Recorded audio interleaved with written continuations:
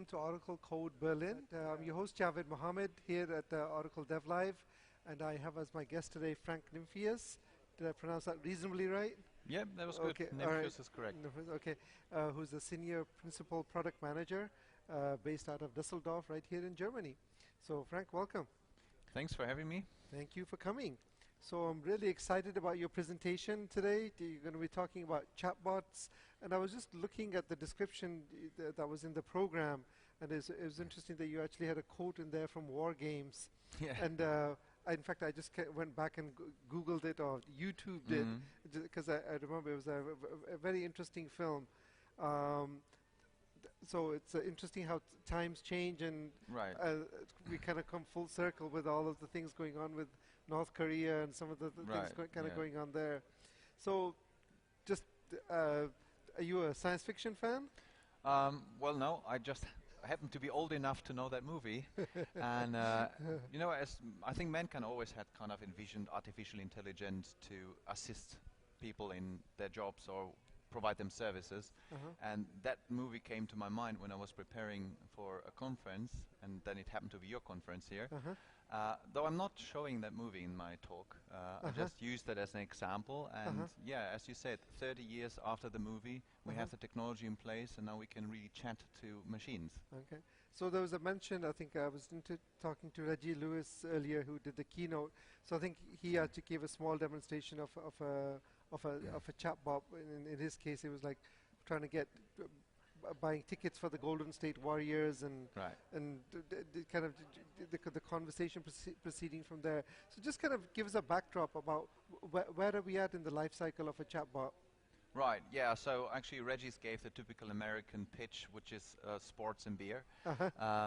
So I'm going a little bit deeper into the technology, so I'm not just presenting on chatbots. Of course, I will introduce chatbots, will give my opinion, of course, because there's a lot of people that write about chatbots, but I think opinion really matters. What are the use cases? When is it good to have a chatbot? When is it better to have a mobile application? So I cover that in my presentation as well, and then I go a little bit more into the details of machine learning, artificial intelligence. I go into programming a chatbot. How do you do that on the Oracle platform? So what Regis did was kind of scratching the surface of what my talk is. So it's kind of a warm-up that he did. Got it.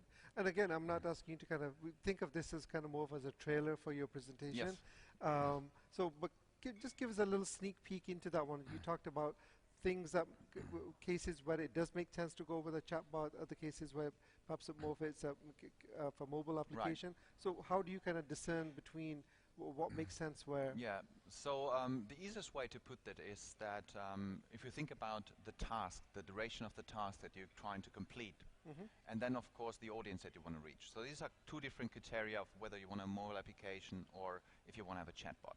So let's go with the time spent. So if you have a task that really lasts for 5, 6, 7 minutes, then probably you need to have a richer UI than a chatbot. A chatbot really is kind of an interaction between a user and a service just through the conversational interface, because that's all that it is. It's just an API, an interface to an application.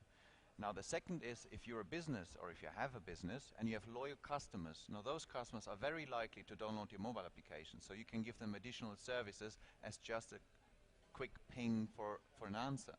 However, if you're dealing with young customers, those young customers, they are living in their own world, and this world is dominated with messaging apps. Yeah, so if you go with public transportation, you sit there, you see what they're doing. They're not chatting; they're just kind of typing, texting all the time. So it's a different audience that you want to reach, and that is the way the use case would come in. Also in the keynote, we had it that they said, or actually they talked about API first development. Now this is all what it comes down to. So in the past, you built the user interface, and then for that user interface, you just deployed it. Now today, you build the functionality as an API, and then you hook as many interfaces to it as you can. So that could be a web application, mobile application, or a chatbot now. So a chatbot is just another channel into your business. Got it. So what I kind of got from what you shared is both duration or time and the audience that counts in terms of which way you kind of sway. Right. Yeah. It also has to do with what many people bring as an argument, that people don't want to install too many applications. I don't know how many applications you have on your mobile. I only have the absolute minimum of what I really need. I'm the same. I'm of the same personality, I guess. Maybe it's all related to war games. Yes. So, and basically this means competition. Yeah. So there's a lot of applications out there in the app stores. So how do you manage that your application will be downloaded? So loyal customers is one way to do it, but if you want to reach out to customers that you don't know, that you don't have yet, then the easiest way would be to meet them where they are, and that is all on a chat application. Yeah. I think one of the things that Reggie touched upon in his presentation was that just like for me to come here, for each airline, you don't really, it kind of becomes very cumbersome to download each airline's app, just because all you want to do is just check in. Exactly. So it's, so I think being able to consolidate it through artificial intelligence and messenger and all of these things kind of seems to make questions like, much more sense. Is my departing flight delayed? So why do I want to open up a mobile application for that? There's no reason for that. So that is a service that you can provide on the mobile channel. But others as well, like booking a hotel room, canceling a hotel room. Why not?